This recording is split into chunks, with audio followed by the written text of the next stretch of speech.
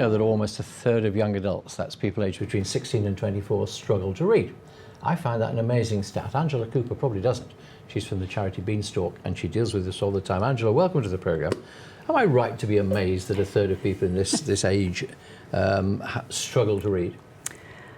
Well, I think you've got to take statistics with a pinch of salt anyway, but our charity has found that the schools that we work with are very keen to help them with the children's reading, because a class teacher can't spend the time that they need to help individual children who struggle with reading. And a lot of children do struggle with reading these days because we all live in the digital age, and they don't always see the point of reading.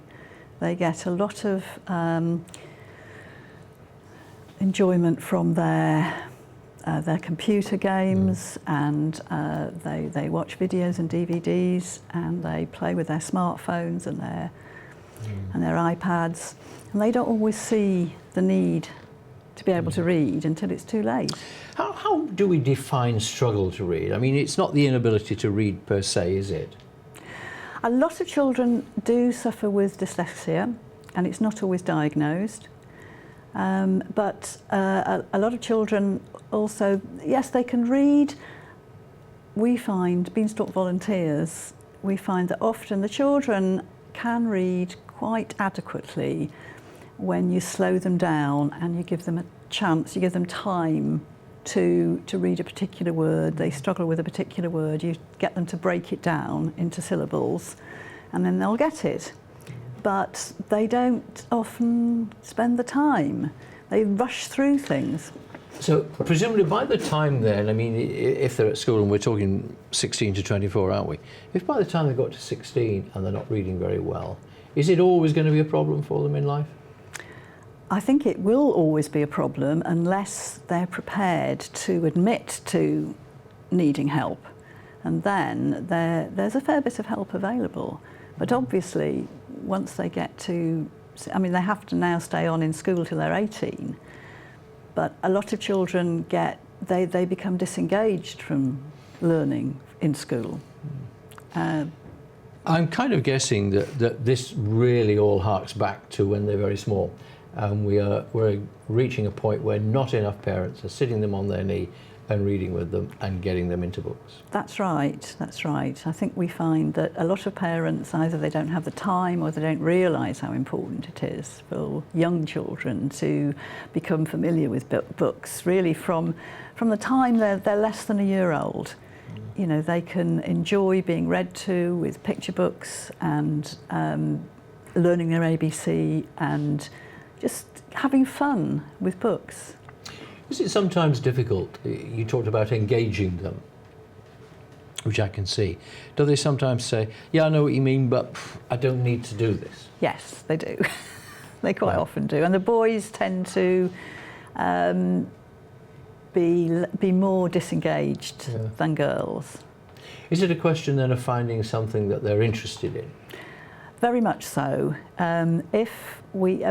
Often they'll say, the boys in particular, they'll say, well, I like playing football, I'm not really interested in reading, and I like watching football on the TV. So we get them to read about football clubs, and there are games where they have to read cards about footballers and football clubs, and that often does get them into reading. I mean, this survey started off by saying that almost a third of them, it seems a shocking figure, but is it any worse than it's ever been, or do we just like doing surveys now? I don't know that it's any worse than it's ever been. It's more important now than it ever has been that children, young people do leave school able to read, and if possible, that they go on to further or higher education, because we're a learning economy now. There aren't the manual jobs around for young people. Almost any job that they do, they're going to need to read in some form or other. I mean, if we've been talking about an age group of, say, I don't know, 8 to 11, 8 to 13, something like that, I could have understood it more. It's the fact that we're talking 16 to 24, when I would have thought the majority of people were either still in some form of education, if not, they're in a job. Are we talking about people who are doing neither of those things? They are sitting around and playing games? I think I'm not qualified to say, you know, what happens to 16 to 24-year-olds or 18 to 24-year-olds when they leave school, but there are statistics about young people known as NEETs, not in education or training. Yes. And I think a lot of them are sitting around playing games, getting up to mischief, whatever.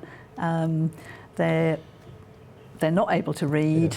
Yeah. They're left behind. Yeah. And yet, I suppose if you turn around to them and say, well, you know, if you could just spend a bit more time on this and master this, you could then do this and do that, because whatever they do in life, they've got to have a reasonable comprehension, a reasonable understanding, haven't they? Of yes, they do. And often when they're older, they are more prepared to accept that they need help. There's a bit of a stigma attached to not being able to read or not being comfortable with reading. It just brings me back to what I said right at the start, that when we say that they're struggling with their reading, how much of a struggle are we talking about with some of them? With some of them, yes, it is a real struggle.